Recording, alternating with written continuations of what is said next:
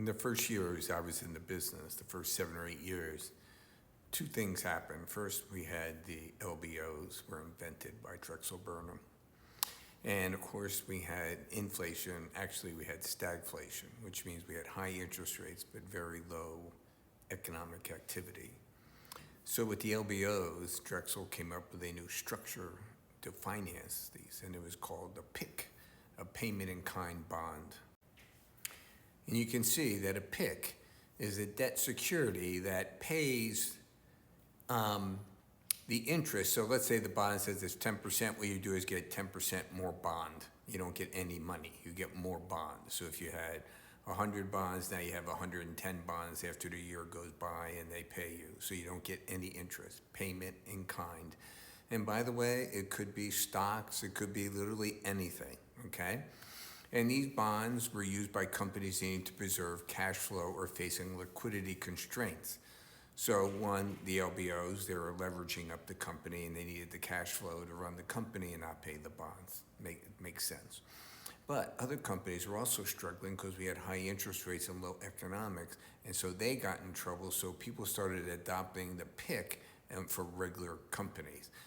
And I would also say to you, you can issue new PIKs, so a new issue PIK, where you say, we're issuing this bond, we're going to pay in the bond. Or you could do what they do is a toggle. And you can see that here in the middle. PIK toggles means that you can either pay the interest or you can toggle and pay more bond, right? And you don't decide. The company decides, but of course that's all in the red on what the rules of engagement are.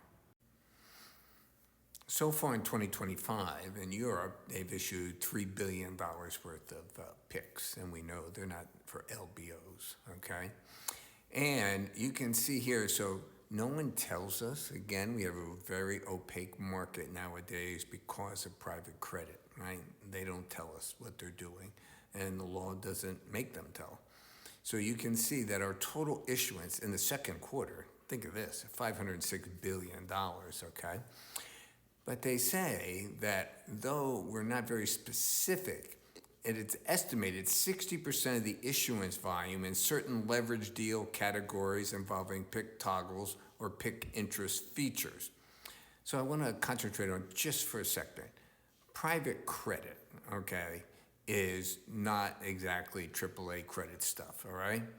And so what they're doing here, what they're saying here in certain leverage deal categories. Well, here's the problem. When you look at our bond issuance now in the world, I would say that a lot of it, I don't know exactly what, comes through private credit. So I would say a large amount of our bonds now have a toggle in it. And 2-3 years ago, I would say very, very few have it. So we got the private credit guys who are now incorporating PIK toggles into their bonds. And the reason I came across this, I saw something, I don't know, it was like 2 or 3 weeks ago, and I saw something like 9 private credit issues were rolled over as PIKs. And I was like, wow, I haven't heard PIKs like since like the early 80s. But here we are. Now about whatever, 25, 40, 50% of our bonds now have PIK toggles in them. So of course, in August, the Financial Times said, hey, you know, it's not a default if we never ask for the cash. And here is the Blackstone Private Credit Fund, which I believe could be the largest fund. And you can see where the interest rates are, everywhere from about 5 up to around, I guess, 14% or so. And you can see all the different industries that they're in, okay? And so it's good that we have some clarity on there, but it looks like they have about 1,091 loans, 715 different issuers, and $69 billion. And the interest rate is a little bit over 9%. Where single Bs are 7%. So think about that, single B. How many of you guys buy single B bond? And here, there's 7, and this is 9. So last month, he talked about the illiquidity premium. So in other words, private credit has an illiquidity premium, and it's around 60 to 70 basis points, but it can get higher if you go more into the junk, okay?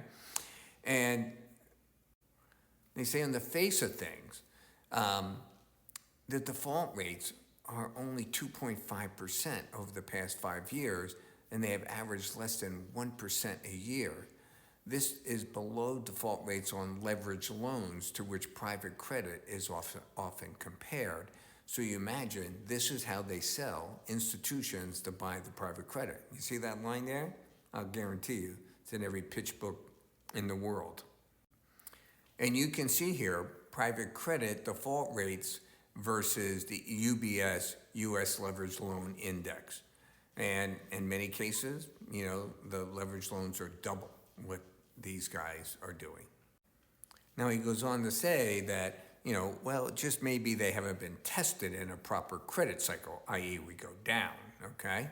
And, but he says, well, there's other things too, and these two, on a narrow definition of default, typically covering only traditional defaults such as a mispayment or Chapter 11 filing. So in other words, they only declare default when it's a super default, okay?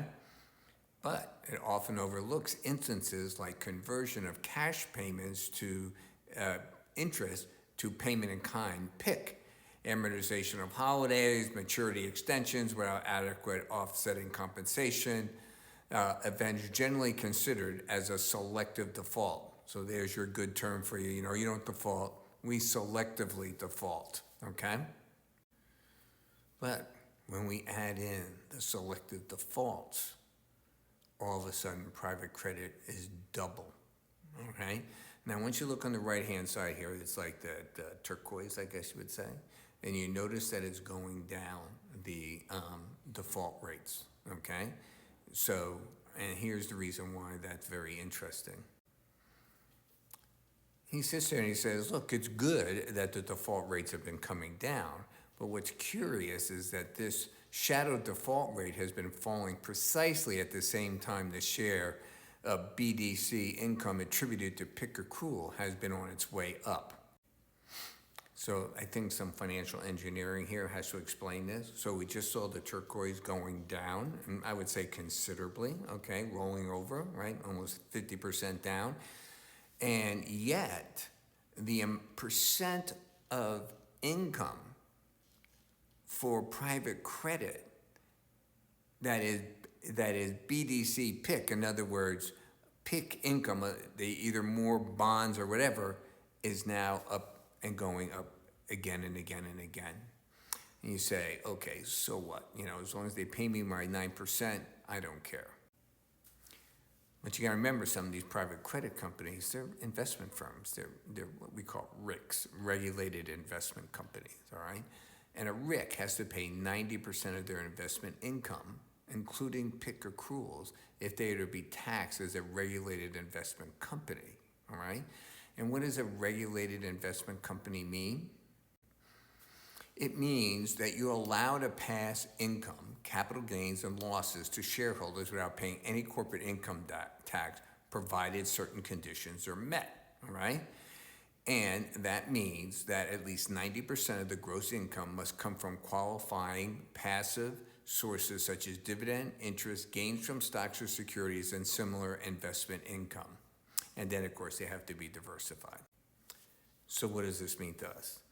Well, one, private credit has 5 times the quote-unquote selective defaults than our leveraged loan industry, okay? And they're coming up, think about it, they were like 6.25, maybe, 6.5, they didn't have it there. But what's gonna happen is if they hit 10, this becomes a major issue for these RICs, these regulated investment corporations. So as these PIKs are coming on, you're gonna have to be aware, and I'm gonna say something else to you. We are in an inflationary environment, and I guarantee you, you're gonna see original issue discounts. You're gonna see original issue PIKs for sure, right? Because as we said 3 years ago, number one thing is free cash flow. That means no debt. So if you don't have no debt, then you make it interest-free debt, just like Moran's trying to do with the U.S. debt. What do you think? I can follow?